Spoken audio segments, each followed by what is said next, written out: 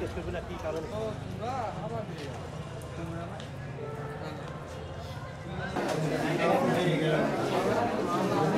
কারণ দর্শানোর জন্য পুলিশ কমিশনারকে আদালতে হাজির হওয়ার নির্দেশ দিয়েছিল আদালত। তিনি কখন হাজির হয়েছিলেন এবং কি কি ব্যাখ্যা দিয়েছেন এবং কোনো আবেদন করেছেন কিনা?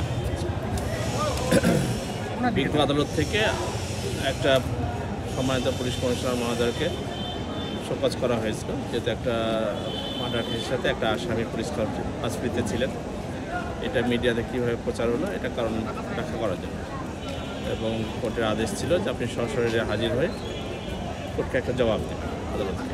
সেই হিসাবে পুলিশ কমিশনার আইন আদালতের প্রতি শ্রদ্ধাশীল হয়ে উনি আজকে সকাল 10টায় বলেছিলেন, 10টাতেই উনি এসেছেন, 10টা বাজে 5 মিনিট আগে, এবং সেখানে উনি কারণ ব্যাখ্যা করেছেন। সে ব্যাখ্যা উনি উল্লেখ করেছেন যে এটা পুলিশ হেফাজতে থাকা অবস্থায় হয়েছে, যারা এই দায়িত্বে ছিলেন তাদেরকে ওই পদ থেকে অব্যাহতি দেওয়া হয়েছে সাময়িকভাবে, এবং প্রসিডিং ওনাদের পুলিশ প্রশাসনের প্রসিডিং অনুযায়ী তাদের বিরুদ্ধে ব্যবস্থা নেওয়ার প্রসেসিং চলছে এটা বলেছেন। এবং বলেছেন যে এই মামলা যেহেতু একটা মিসআন্ডারস্ট্যান্ডিং হয়েছে এবং যারা এটার সাথে জড়িত আমরা তদন্ত করছি বলে আইনগত ব্যবস্থা নেওয়া হবে, আর উনি এই সকালের জবাব থেকে অব্যাহতি চেয়েছেন।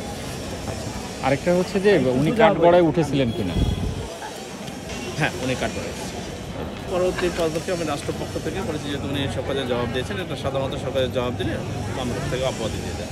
আমরা কি বলতে পারি উনি অব্যাহতি পেয়েছেন? না, আদেশের জন্য একবার দিন রেখেছেন, 1/12 ডিসেম্বরের 2025 তারিখ এটা আদেশ দিবে। জি জি জি। উনি কতক্ষণ মানে কয় মিনিট অবস্থান করছিলেন আদালতে? 15 মিনিট পর 15 মিনিট। এই এসে সময় প্রথমে ওনার মামলাটা তোলা হয়েছে। শুনানি হয়েছিল। তাহলে আদেশ হবে হচ্ছে 1 ডিসেম্বর। 1 ডিসেম্বর 2025।